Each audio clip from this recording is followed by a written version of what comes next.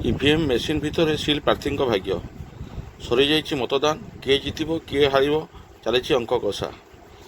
BJD କହୁଛି ଆମେ ଜିତିବୁ, BJP କହୁଛି ଆମେ ଜିତିବୁ, କଂଗ୍ରେସ ବି କହୁଛି ଆମେ ଜିତିବୁ। ଇଭିଏମ୍ରେ ସିଲ୍ ପ୍ରାର୍ଥୀଙ୍କ ଭାଗ୍ୟ, କିଏ କେତେ ଭୋଟ୍ ପାଇବ ସେ ନେଇ ରାଜନୈତିକ ସମୀକ୍ଷକ ଆକଳନ ଆରମ୍ଭ କରିଦେଇଛନ୍ତି। ଚଳଚଞ୍ଚଳ ବହୁ ନିର୍ବାଚନ ମଣ୍ଡଳୀ। ଏବେ ମତଦାନ ପରେ ସତେ ଯେପରି ଗଣତି ଆଗରୁ ଛକ ଛକରେ ଗଣିତ କଷୁଛନ୍ତି ଦଳୀୟ କର୍ମୀ। ଦଳୀୟ ସମର୍ଥକ ନିଜ ନିଜ ଦଳ ସମର୍ଥନରେ ଅଙ୍କ କଷା ଆରମ୍ଭ କରିଦେଇଛନ୍ତି।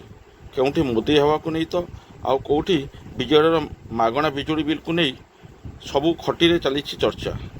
ବିଗତ 25 ବର୍ଷ ଧରି ବିଜେଡ଼ିର ଗଡ଼ୁଥିବା ବହୁତ ନିର୍ବାଚନ ମଣ୍ଡଳୀରେ ମୋଦିଙ୍କର ଗ୍ୟାରେଣ୍ଟିରେ ପରିବର୍ତ୍ତନ ହେବ ନା ନବୀନ ପଟ୍ଟନାୟକଙ୍କ ବିକାଶ ଧାରାରେ ଦୋହରାଇବ ପୁଣି ଷଷ୍ଠ ଥର ପାଇଁ ବିଜେଡ଼ି ଗଡ଼ ହାସଲ କରିବ, ଏହି କଥାକୁ ନେଇ ଚର୍ଚ୍ଚା ଜୋର ଧରିଛି।